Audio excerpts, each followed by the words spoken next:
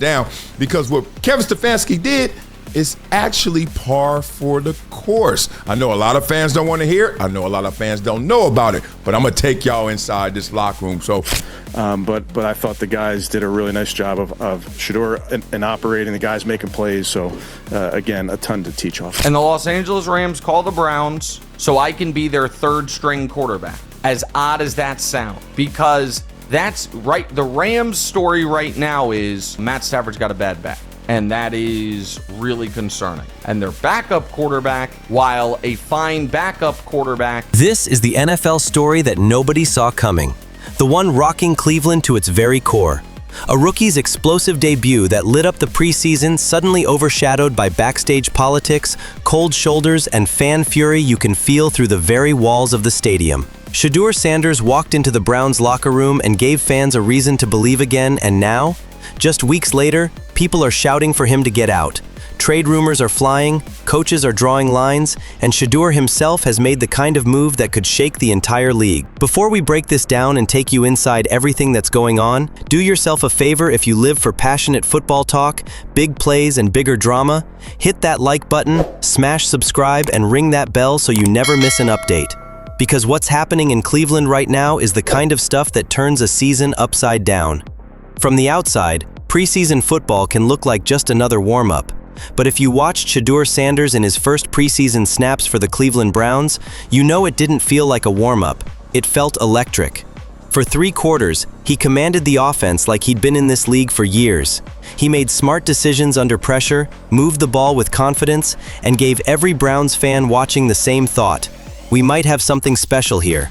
But then, before the buzz could even settle, Browns head coach Kevin Stefanski stepped up to the mic.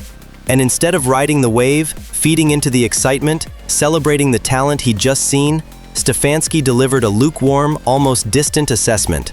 Sure, he tossed in a half sentence about Shedeur operating well and the guys making plays, but it was quickly buried under coach speak about a lot to work on and teaching moments. And here's the kicker: almost immediately, word began to spread that Stefanski doesn't actually see Shedeur as part of Cleveland's long-term future. Let that sink in. Before the kid's NFL story has even begun, the head coach is already talking like he's not in the plans. That revelation, whether you call it misjudgment, premature evaluation, or just straight-up dismissal, sparked an instant reaction from fans. And not the slow burn kind of reaction, the explosive, lights-up social media, radio calls all day long kind. Cleveland's fan base is no stranger to drama, but this was different. People weren't just defending a player they liked, they were defending a player they believed could change the trajectory of the team. And here's the thing, the backlash wasn't just about potential. Fans pointed to the tape, pointing out that everything they've been told Shedeur can't do, he literally just did. Not just at Jackson State, not just at Colorado, he did it on an NFL field, against NFL speed, with 3rd and 4th string teammates around him. If he could shine with that group, fans argued, imagine what happens when he's throwing to the starters and protected by the first-team offensive line. And then the situation hit a new gear. Reports broke that Shedeur Sanders himself had asked to be put on the trade list. For players, that's never a casual request. It's a statement. In Shedeur's case, it was a declaration of self-belief, a loud, unapologetic way of saying, if I'm not going to get my shot here, I'll get it somewhere else. This wasn't the struggling veteran asking for a fresh start. This was a rookie, fresh off an electrifying debut, sending a message to his coaching staff and front office. I know what I bring to the table, and I'm not going to waste my career waiting in the corner for you to notice. The timing made it seismic. Normally, rookies keep their heads down, stack quiet reps, and let politics sort themselves out. Shedeur? He went nuclear before week 1 even arrived. It told the league 2 things. He knows his worth. He's not afraid to bet on himself. So we have to ask, why has it come to this so quickly? Critics say Stefanski's handling of the situation is becoming a pattern. Instead of putting Shedeur in situations to win, the focus seems locked on what he isn't doing. Shannon Sharpe even weighed in, hammering the point that a coach's job isn't to list limitations, but to identify strengths and build a game plan around them. If a player has the skill to make plays, your job is to let them make those plays, not bury them behind cliches about development while sidelining them in practice. And that leads to the elephant in the locker room: politics. Multiple insiders believe Shedeur wasn't Stefanski's guy. Heck, he might not have been GM Andrew Barry's guy either. The word floating around is that Jimmy Haslam, the owner, pushed for Shedeur. And in the NFL, that can complicate everything. When a coach and GM aren't fully invested in the choice, the leash gets shorter, patience wears thinner, and even great performances can get brushed aside in the name of sticking to their plan. That's where the tension turns into a franchise-level problem. From the Browns' side, this is now a crossroads, knowing that if he blows up elsewhere, you'll be the team that let him go. And make no mistake, suitors are watching. The Los Angeles Rams are already dealing with Matthew Stafford's back issues and a backup QB who's banged up himself. In a league where finding a young, capable quarterback is like finding a golden ticket, interest will not be slow. If the Browns trade Shedeur, they could get serious draft capital. But they'd also be sending a message, maybe the wrong one, to their own locker room, that career politics trump on-field performance. Fans aren't buying what Stefanski's selling. To them, this isn't about preseason overreactions, it's about a pattern they've seen too many times. Untapped talent sitting on the sideline while the season unravels. Cleveland's history is loaded with what-if quarterback stories, and fans are done adding new chapters. They watch Shedeur command a huddle, extend plays, make quick reads, and strike downfield. And they've got a simple question. If this guy can do that now, why are we not giving him the ball more? The frustration has boiled over into campaigns, hashtags, and endless sports radio debates. And that frustration doesn't just stay in the stands, it spills into the building. Players see it, agents see it, the NFL media machine thrives on it. And once it's out there, the pressure on Stefanski and the Browns front office only gets hotter. For Shedeur Sanders, the next steps are as high stakes as it gets. If the Browns cave to the trade request, he could land in a system ready to unleash him immediately, with the Rams being one of the strongest options.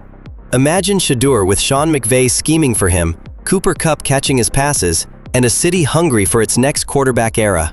That's the kind of change that can flip a rookie narrative overnight. If he stays in Cleveland, it almost certainly means a fight, not just for the starting job, but for respect in a room that hasn't fully embraced him. Fans would rally around him, but without buy-in from his head coach, development could stall. And in the NFL, stalling is often just a detour to the exit door. Right now, Browns protect a city holding its breath. Will the Browns protect a young quarterback with undeniable upside? Or will they send him packing before his story's even written? For Shedeur, the bet is simple. His best football is ahead of him, and wherever he plays, he intends to lead a team to the playoffs, maybe even farther. For the Browns, the bet is riskier, that sticking to their plan is worth alienating both a player and a fan base. The clock's ticking, and when the first real snap of the regular season comes, we might not just be watching football. We might be watching the first chapter of Shedeur Sanders' next NFL home. NFL Hall of Famer Shannon Sharpe didn't hold back. His take? A coach's job isn't to repeat a laundry list of what a player can't do. It's to put him in position to do the things he can. Sharpe pointed out that Shedeur hadn't even taken first-team reps. He wasn't working with the top weapons, yet he still delivered in the spotlight. If you can succeed without the best tools, the upside with them is limitless, Sharpe argued. And he wasn't alone. Others began echoing the sentiment. Stefanski's lukewarm praise suddenly felt less like tough love and more like a calculated decision to keep the producer in check. Now Cleveland faces a fork in the road. Hand Shedeur the reps he's earned and see if he can become a franchise QB faster than planned. Or trade him away for draft picks, risking the embarrassment of watching him become a star somewhere else. Meanwhile, the Rams and other QB-needy teams are monitoring every development. In an NFL starved for reliable quarterbacks, Shedeur isn't going to be unwanted for long. Browns fans have endured quarterback purgatory for decades. Every time a young passer shows flashes, hope surges, only for that potential to wither on the bench or get shipped away. This feels like déjà vu. Except now, Cleveland fans are louder, more connected, more relentless. They want action. They want Shedeur to get the ball. They believe the Browns finally found an answer, and they're not willing to watch it wear a different jersey without a fight. If the Browns trade Shedeur, the suitors will line up. The Rams make the most sense, given Stafford's health and McVay's track record of elevating quarterbacks. Picture Sanders in Los Angeles, slick uniforms, offensive masterminds, and weapons everywhere. If he stays in Cleveland, he might have to fight harder for respect than for playing time. And if the coach's mind is already made up, that fight could be uphill from day one. Every day this drags on, the pressure builds. The front office knows the optics are bad. The players feel the tension. For Shedeur Sanders, the bet is on himself. He believes the playoffs, maybe even a Super Bowl, are not dreams, but reachable ceilings with the right situation. For the Browns, the bet is different, believing their process is worth more than a player's momentum. Only one side can be right.